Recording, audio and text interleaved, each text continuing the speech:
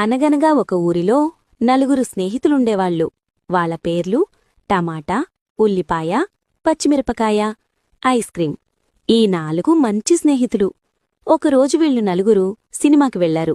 Cinema చూస్తే వస్తుండగా పెద్ద వర్షం పడింది. దానితో ఐస్ క్రీం కరిగిపోయి చనిపోయింది.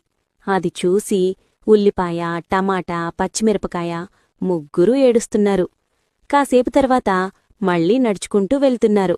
వెళ్లే దారిలో ఒక బజ్జీల బండి అతను ఒక పచ్చిమిరపకాయ తగ్గిందని వెళుతున్న పచ్చిమిరపకాయలు పట్టుకుని శనగపిండిలో ముంచి బజ్జీ వేసేశాడు. దానితో పచ్చిమిరపకాయ చనిపోయింది. అది చూసి టమాటా, ఉల్లిపాయ నేర్చుకుంటూ ఏడుస్తూ వెళ్ళిపోయారు. దారి మధ్యలో రోడ్డు దాటుతుండగా ఒక లారీ టమాటాపైనుంచి వెళ్ళిపోయింది. దానితో టమాటా పచక్కుమని చనిపోయింది. అది చూసి ఉల్లిపాయ ఏడుస్తూ ఏడుస్తూ వెళుతోంది. ఉల్లిపాయ శివుడికి తపస్సు చేసింది. శివుడు ప్రత్యక్షమై నీకు ఏమి కోరిక కావాలి అని అడిగాడు. దానికి ఉల్లిపాయ, స్వామీ, ఐస్ క్రీం చనిపోతే పచ్చిమిరపకాయ, టమాటా, నేను ముగ్గురం ఏడిచాము. పచ్చిమిరపకాయ చనిపోతే టమాటా నేను ఏడిచాను. టమాటా చచ్చిపోతే నేనేడిచాను. మరి నేను చనిపోతే ఎవరేడుస్తారు అని శివుణ్ణడిగింది.